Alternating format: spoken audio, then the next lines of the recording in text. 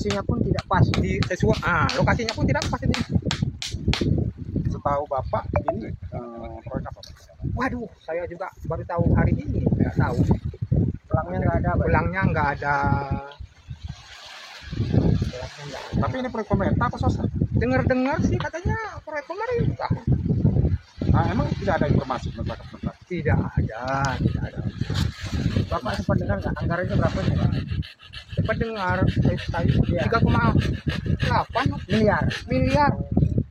pabrik karena mereka ini ada kualitasnya berapa K100, K150 ini tidak kita lihat pakai pasir manual, pasir lokal, besinya jarangnya hampir 40 cm, besi 6. Jadi kita tahu nggak K ini K berapa ya, karena kontraktor ini setelah beres pulang. Nah, sama kita lihat juga kayaknya kurang tepat ini jadi, karena seharusnya dana 3,8 miliar itu bisa dampaknya untuk masyarakat. Jadi tampok sih di Jakarta provinsi SDA, tapi sampai detik ini papan nama tidak ada. Nah, jadi kita anggap proyek siluman, pengawasnya nggak ada. Kamu tanya dengan pengawas, mereka nggak tahu speknya seperti apa. LSM Garuda Indonesia Perkasa soroti dugaan proyek siluman dan hiraukan K3.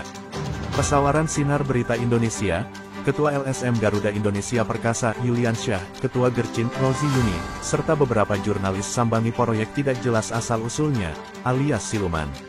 Pembangunan penanggulangan abrasi pantai, di Pekon atau Desa Sukarame Kecamatan Pundu Pidada, terkesan amburadul dan kurang jelas asal-usulnya, saat rombongan tim investigasi LSM Garuda Indonesia Perkasa melintas di Pekon atau Desa Sukarame. Ada beberapa warga menghentikan perjalanan kami dengan melaporkan keberadaan proyek siluman yang ada di Pekon atau Desa Sukarame Jumat tanggal 27 September tahun 2024. Dalam melakukan kontrol sosial kami LSM Garuda Indonesia Perkasa, didampingi tokoh adat marga Pidada, anggota Dewan, Kabupaten Pesawaran, dan tokoh masyarakat lainnya, diduga, dalam pelaksanaan pembangunan proyek tersebut tidak sesuai dengan spesifikasi, rencana anggaran pembangunan. Ketika ditemui awak media, tokoh adat marga Pidada, menurutnya, proyek ini proyek siluman, pasalnya tidak terpasangnya papan proyek, serta tidak ada pengawasan dari pihak proyek, hanya pekerja saja yang di lokasi, apakah amburadul ini proyek, pungkasnya. Di tempat terpisah anggota Dewan Kabupaten Pesawaran ketika dimintai tanggapannya perihal proyek tersebut, proyek ini mestinya ditinjau kembali penempatannya, menurutnya proyek ini penempatannya kurang tepat, mengingat manfaat bagi masyarakatnya itu tidak ada, karena yang mau ditanggul ini lahan kosong bukan pemukiman masyarakat melainkan tambak milik Pak Kepala Pekon atau Kepala Desa Sukarame. Jadi menurut saya proyek ini agar ditinjau kembali penempatannya dan pengerjaannya jangan terkesan asal-asalan, seperti material yang mutu dan kualitasnya diragukan tidak sesuai dengan spek, pungkasnya. Ketua LSM Garuda Indonesia Perkasa Yulian Syah, menegaskan bahwa keselamatan dan kesehatan kerja K3 telah diatur di dalam undang-undang. Jadi, kalau ada perusahaan yang masih membandel dengan penerapan K3 harus diberikan hukuman. Sepengetahuan saya K3 itu ada di Undang-Undang Jasa Konstruksi, Undang-Undang Nomor 13 Tahun 2003 tentang Ketenagakerjaan dan Undang-Undang Nomor 1 Tahun 1970 tentang K3, urainya.